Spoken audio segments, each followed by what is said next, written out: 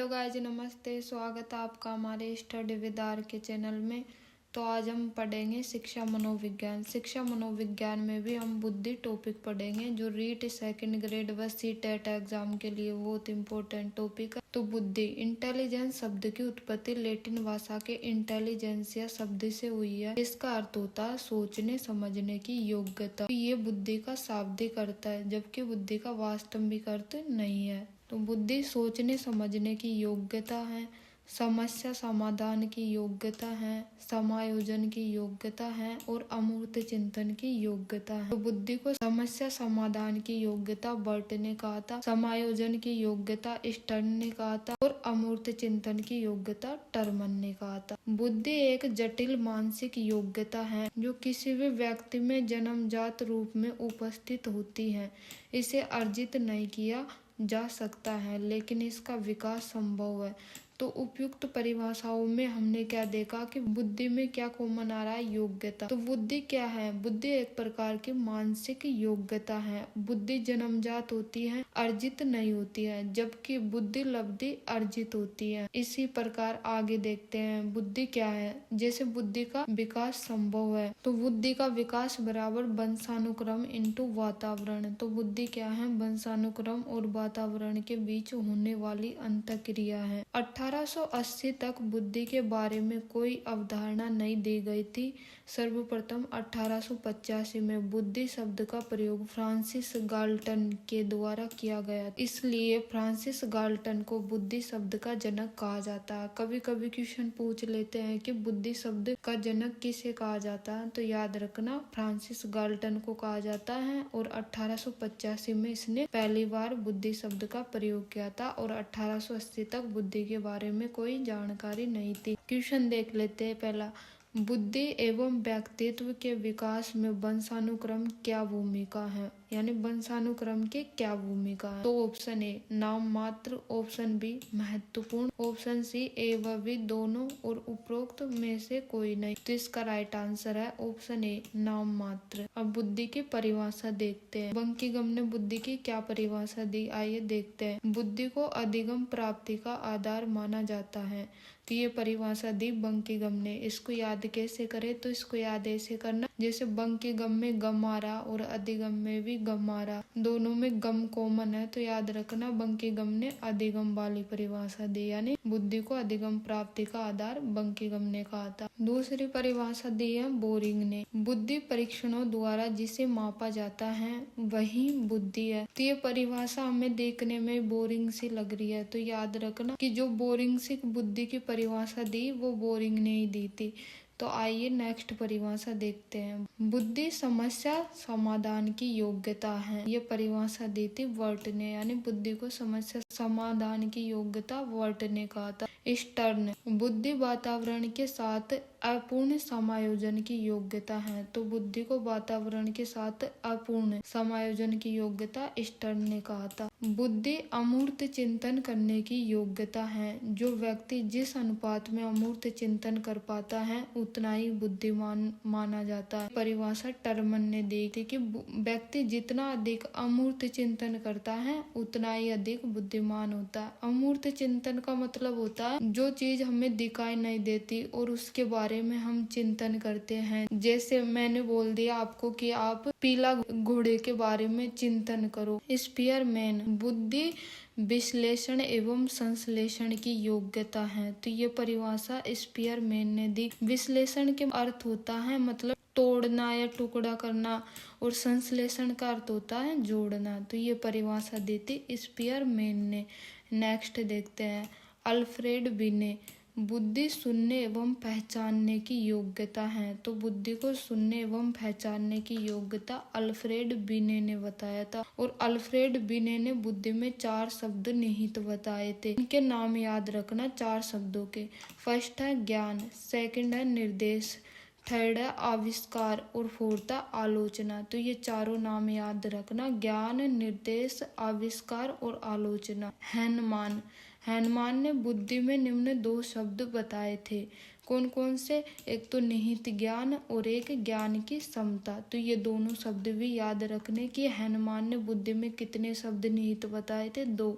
पहला निहित ज्ञान और दूसरा ज्ञान की समता। कोल एवं ब्रूस ने बताया कि बुद्धि का लिंग से कोई लेना देना नहीं है। जैनसन के अनुसार बुद्धि बिजली के तार के समान है, जो दिखाई नहीं देती है लेकिन इसे अनुभव किया जा सकता है। जैसे हमें बिजली के तार में बिजली दिखाई नहीं देती, उसी प्रकार हमें बुद्धि दिखाई नहीं देती लेकिन हम इसे अनुभव कर सकते हैं।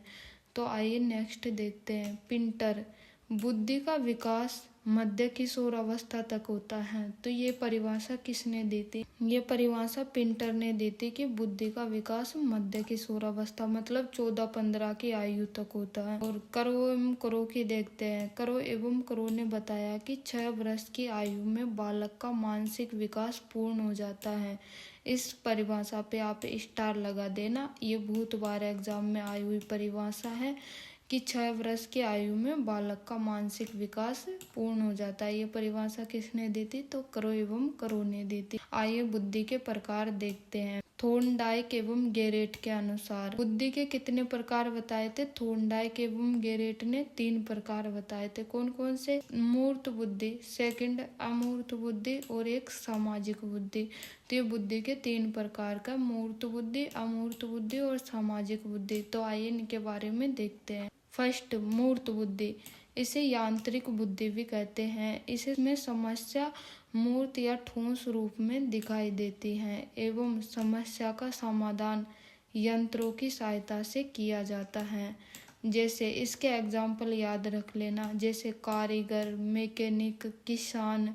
ये कौन सी बुद्धि करते हैं? तो इनमें होती है मूर्त बुद्धि होती है। अमूर्त बुद्धि मतलब जो दिखाई नहीं देती। इस बुद्धि में समस्या अमूर्त होती है अर्थात दिखाई नहीं देती एवं समस्या का समाधान पुस्तकीय ज्ञान पर आधारित होता है। जैसे डॉक्टर, इंटीरियर डिजाइनर। सामाजिक बुद्धि वह बुद्धि जिसमें सामाजिक समस्या का समाधान निहित होता है, उसे सामाजिक बुद्धि कहते हैं। एग्जाम्पल, नेता, सामाजिक कार्यकर्ता।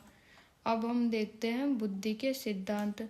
बुद्धि के सिद्धांत में फर्स्ट ये देखना कि इनके प्रतिपादक कौन है। चाहे उनकी थ्योरी रटना या मत रटना, याद मत करना चाहे, लेकिन इनके प्रतिपादक जरूर याद रख लेना। जैसे फर्स्ट सिद्धांत है बुद्धि का एक कारक या एक तत्व सिद्धांत। तो इनके प्रतिपादक कौन है? अल्फ्रेड बिने। अल्फ्रेड बिने के अनुसार बुद्धि में एक कारक या एक तत्व पाया जाता है जो प्रत्येक समस्या का समाधान करता है। अल्फ्रेड बिने के अनुसार यह एक ऐसी महाशक्ति है जो प्रत्येक मानसिक संक्रिया को नियंत्रित करती है। स्टर्न एवं टर्मन ने इस सिद्धांत का समर्थन किया था, जबकि जैनसन ने इसे निरंकुशवादी सिद्धांत माना था। इस पर स्टार लगा देना कि बुद्धि के एक कारक सिद्धांत या एक तत्व सिद्धांत को किसने निरंकुशवादी सिद्धांत माना था? तो जैनसन ने माना था। और इसके समर्थन किस किसने किया था? स्टर्न एवं टर्मन ने इस सिद्धांत का समर्थन किया था, जबकि जैनसन ने इसे निरंकुशवादी सिद्धांत माना था। तो आइए नेक्स्ट सिद्धांत देखते हैं। बुद्धि का द्विव कारक या द्विव तत्व सिद्धांत।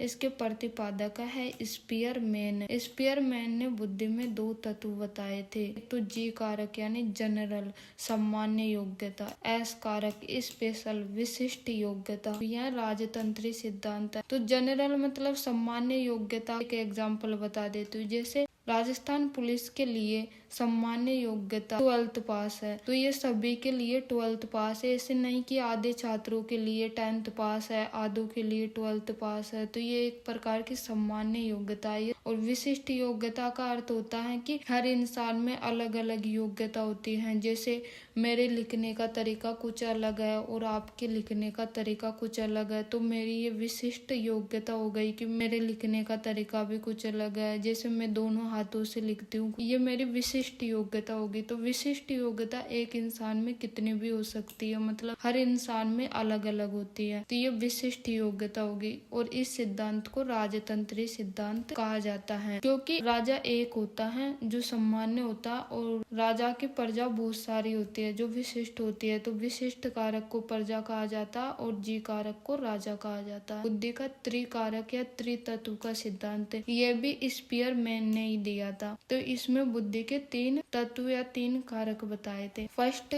जी कारक, सेकंड एस कारक, थर्ड जी प्लस एस कारक, यानी दोनों कारक बताए थे, यानी सामान्य योग्यता, विशिष्ट योग्यता और सामान्य प्लस विशिष्ट योग्यता।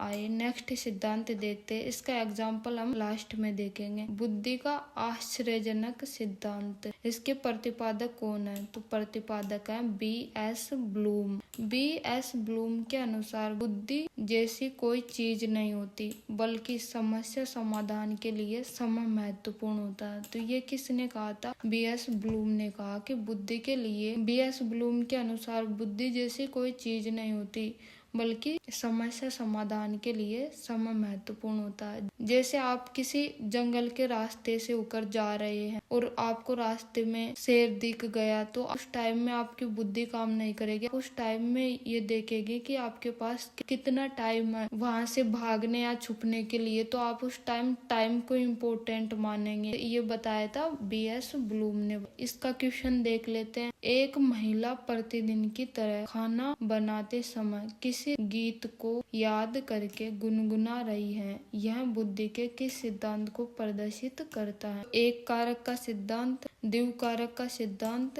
त्रिकारक का सिद्धांत और आश्चर्यजनक सिद्धांत। तो इसका राइट आंसर है त्रिकारक का सिद्धांत। त्रिकारक का सिद्धांत क्यों है? क्योंकि महिला प्रतिदिन की तरह खाना बनाती है, तो ये तो महिला की साधारण योग्यता होगी, यानी सामान्य योग्यता होगी, क्योंकि वह प्रतिदिन की तरह खाना तो बनाती है, लेकिन किसी गीत को याद करके, मतलब महिला को वो गीत याद नहीं है, उसको याद कर रही है, तो ये उसकी विशिष्ट योग्यता हो गई। और याद करके गुनगुना रही है, तो गुनगुनाने में कौन सी योग्यता होगी? गुनगुनाने में सामान्य और विशिष्ट योग्यता दोनों होगी, क्योंकि किसी के गुनगुनाने का तरीका अलग, किसी के गुनगुनाने का तरीका अलग होता है। तो इसमें सामान्य प्लस विशिष्ट दोनों हो गए। तो ये कौन सा सिद्धांत है? त्रिकारक सिद्धांत। त्रिकारक सिद्धांत में बताया था कि बुद्धि के तीन कारक या तत्व होते हैं। फर्स्ट जी कारक, सेकंड एस कारक और थर्ड जी प्लस एस कारक। तो इसमें तीनों ही कारक है, तो इसका आंसर है त्रिकारक सिद्धांत। और ये रीट की एग्जाम में आया था ये क्वेश्चन। नेक्स्ट सिद्धांत हम कल पढ़ेंगे। और आपको ये क्लास अच्छी लगी तो लाइक करना।